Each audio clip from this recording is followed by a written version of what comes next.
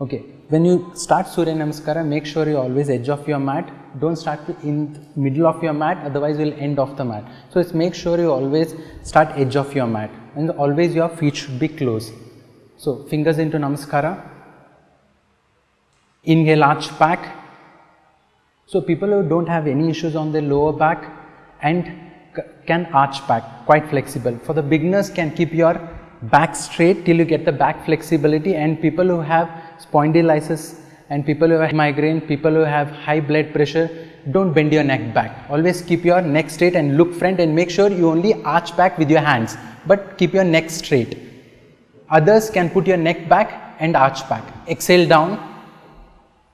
So in this, if you are quite flexible, you can keep your knees straight, and people who have knee pain, make sure you bend your knee so there is less tension on your knee, and always your fingers and should be toes should be in a straight line.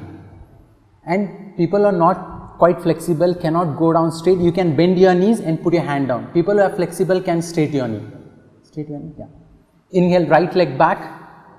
So in this posture, your knee should be always perpendicular to your big toe.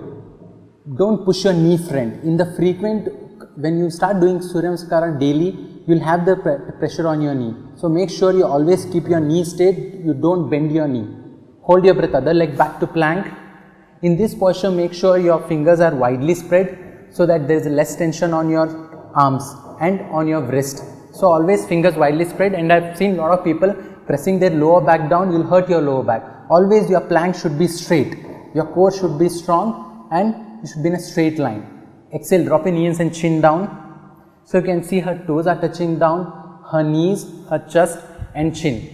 So if you are beginner and you can't go down chest and chin, you can drop your abdomen down. Otherwise, it's abdomen up. Then inhale into full cobra. So you are always in the Bhujangasana or cobra, your toes should point out and your elbow should be slightly bent. And people who have lower back pain, slip disc, lower back issues, make sure you don't bend that much. This is much better for you people. Don't go back fully. Others can fully bend back a little, and make sure your elbows are bent. Exhale, back to mountain. You can see her heel is touching down because she is quite flexible on her hamstring and calf. And if you are not quite flexible on your hamstring and calf, you can do it on the toes for the beginners.